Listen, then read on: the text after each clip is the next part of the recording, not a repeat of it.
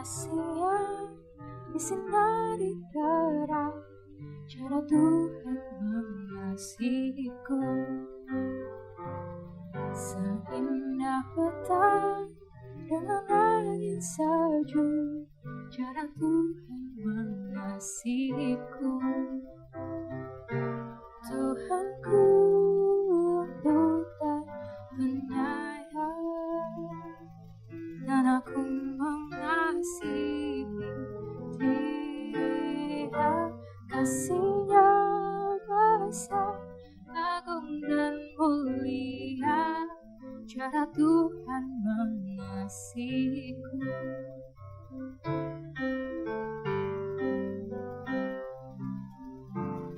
Sedalamnya laut, seluas angkasa, cara Tuhan mengasihiku. Seharum kembang yang tetap seberang, cara Tuhan mengasihiku. Damai-Nya tetap besertaku,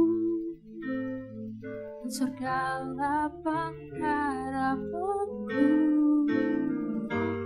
Hidupku tetap ku nikmati penuh, cara Tuhan mengasihiku. Cara Tuhan mengasihiku. Shalom sahabat iman, senang sekali saya Inawati Suwardi bisa kembali menemani ruang dengar Anda hari ini dalam Voice of Hope. Kali ini dengan topik harmoni melalui kerendahan hati.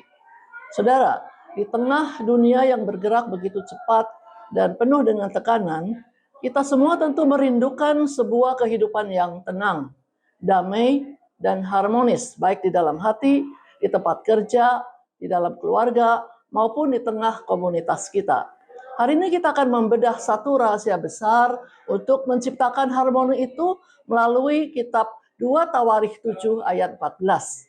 Firman Tuhan berkata, jika umatku yang atasnya namaku disebut merendahkan diri, berdoa dan mencari wajahku, lalu berbalik dari jalan-jalannya yang jahat, maka aku akan mendengar dari sorga dan mengampuni dosa mereka serta memulihkan negeri mereka.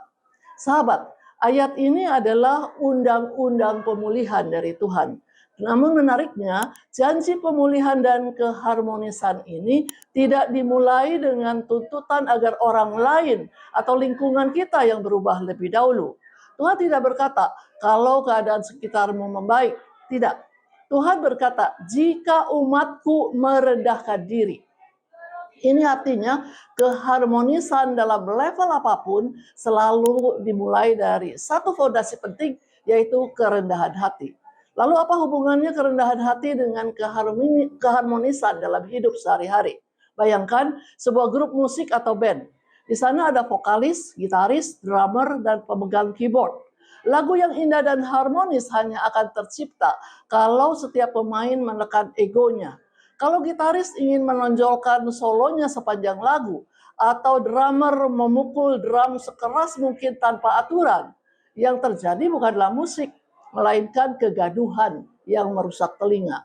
Di dalam hidup kita sehari-hari, ego kita seringkali menjadi pemain musik yang egois itu. Di tempat kerja, di media sosial, bahkan di meja makan bersama keluarga, kita sering ingin agar pendapat kita yang paling benar, suara kita yang paling didengar, dan gengsi kita yang paling dijaga. Ketika ego membesar, hubungan kita dengan sesama pasti akan retak. Namun firman Tuhan hari ini mengingatkan kita untuk merendahkan diri. Merendahkan diri bukan berarti kita kalah atau lemah.